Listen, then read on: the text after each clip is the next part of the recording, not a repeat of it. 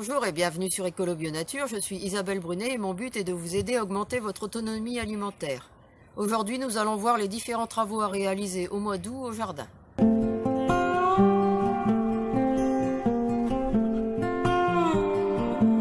Difficile d'avoir un beau jardin en ce moment entre la canicule et puis le manque d'eau. Déjà rien que la mare, vous voyez comme le niveau a bien baissé. Il y a à nouveau des algues alors qu'on avait fait tout un nettoyage. Il va falloir recommencer et il y a à nouveau plus d'eau. Alors néanmoins, on va essayer de continuer à jardiner et on va pouvoir faire les derniers semis d'été, que ce soit pour les haricots verts ou pour les petits pois. Je vais vous montrer mes haricots verts. Vous voyez, les haricots verts sont là, ils sont prêts à être repiqués. Je pense pas que je vais faire des petits pois, moi, sauf si je trouve une petite place pour les mettre. Alors les haricots vont venir ici à la place des pommes de terre que je vais enlever. Et je verrai si j'ai un peu de place pour refaire quelques semis en même temps. Alors on va pouvoir faire des semis de navets pour l'hiver, des navets d'Auvergne natifs, des navets grelots de Santiago, des navets boulettes de champagne, blanc dur, boule d'or, marteau, Petroski, globe à collet violet, de Péronne, du Limousin, d'Auvergne tardif. Alors les Petroski, c'est une variété qu'on peut manger crue ou cuite. Alors au niveau des radis, on peut encore faire des semis de radis d'été. Par exemple les Saxa 2, les 18 jours, les Red Meat, les Red and Blue Moon et les marchés de Zurich. Et on peut commencer les semis de radis d'hiver. Les noirs ronds, les radis d'hiver longs, les German Beer, les roses de Chine et les daikon. Alors là ce sont des semis de radis d'hiver spontanés. Donc ils sont déjà bien grands, mais je vais en refaire à partir de maintenant. On va pouvoir également faire des semis d'arroche blonde et d'arroche rouge. Alors moi ici, je me occupe pas des semis d'arroche. Je les laisse monter à graines et ils se ressèment seuls. Au niveau des épinards, on va pouvoir semer également les épinards Butterfly, Matador et première récolte et géant d'hiver. Pour les carottes, c'est la fin là dans les jardinières. Donc je vais ressemer en pleine terre des carottes de Chantenay à cœur rouge, de Saint-Valery, des géantes de Tilk. Il me reste encore quelques choux à repiquer et je vais faire des semis de choux chinois, de choux rosettes, de choux-fleurs violets, de kale créole et de choux fourragé protéor.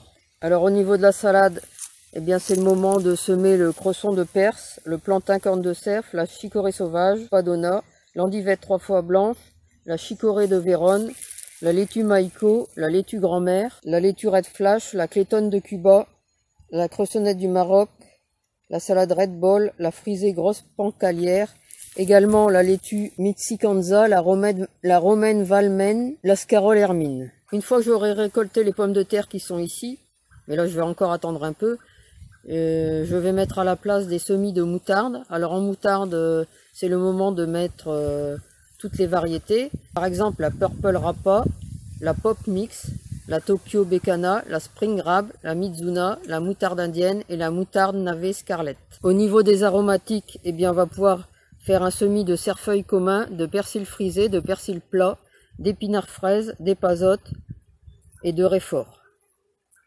Alors, je vais vous montrer, puisqu'on parlait de l'épinard fraise, où en sont mes pieds d'épinards fraises. Voilà les pieds où ils en sont actuellement. On va pouvoir refaire quelques derniers semis de courgettes également. Alors tout à l'heure je vous parlais des épinards. Alors ce que je vous conseille moi c'est de les semer en plaques et de le repiquer fin août, pas avant. Alors fin août vous allez pouvoir également semer des oignons et tout ce qui est choux de printemps la dernière semaine d'août. Et puis ça va être le moment de récolter et conserver les fruits et légumes. Alors faites attention aussi à ne pas récolter vos courges trop tôt. Je vois encore trop passer sur Facebook des personnes qui récoltent leurs courges dès qu'elles sont un peu colorées, alors qu'il faut attendre que le pédoncule soit bien sec pour pouvoir les récolter. Même si avec le soleil et la chaleur, les légumes ont du mal à mûrir. Ici les tomates, il y en a plein, vous voyez, mais elles ont du mal à mûrir. Alors j'ai mis un peu de lithotam à certains endroits où il commençait à y avoir quelques traces de mildiou. Dans les serres, on continue également les récoltes de tomates. La récolte des concombres bat son plein, notamment avec cette variété, la variété Soyolong. voyez.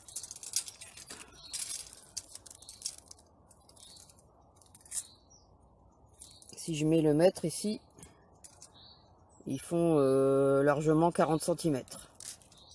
Et celui-ci doit faire plus, mais comme il est courbé, ouais, il est courbé, mais il fait largement aussi ses 40 cm. Et en plus, ils sont très bons au niveau du goût. Ici, on a la variété Crystal Apple. Alors, c'est une variété assez amère, mais que j'adore. Parce que quand on travaille au jardin, eh bien, on peut venir cueillir un concombre. Et comme ils sont très juteux, on les mange comme ça directement. Et ici, c'est une variété de concombre blanc. Concombre assez amer, où on retrouve le vrai goût du concombre d'antan et son amertume. Alors là aussi, j'ai mis un peu de lithotame, parce qu'il commençait à y avoir quelques points de mildiou, donc j'ai préféré intervenir de suite. Comme vous voyez là. Voilà, c'est tout pour cette vidéo. Alors comme d'habitude, si vous avez aimé, n'hésitez pas à mettre un pouce j'aime, à la partager et à la commenter. Et puis vous pouvez retrouver de nombreux conseils et astuces sur le jardinage bio et la permaculture sur mon blog www.ecolo-bio-nature.com et dans mes livres. À bientôt.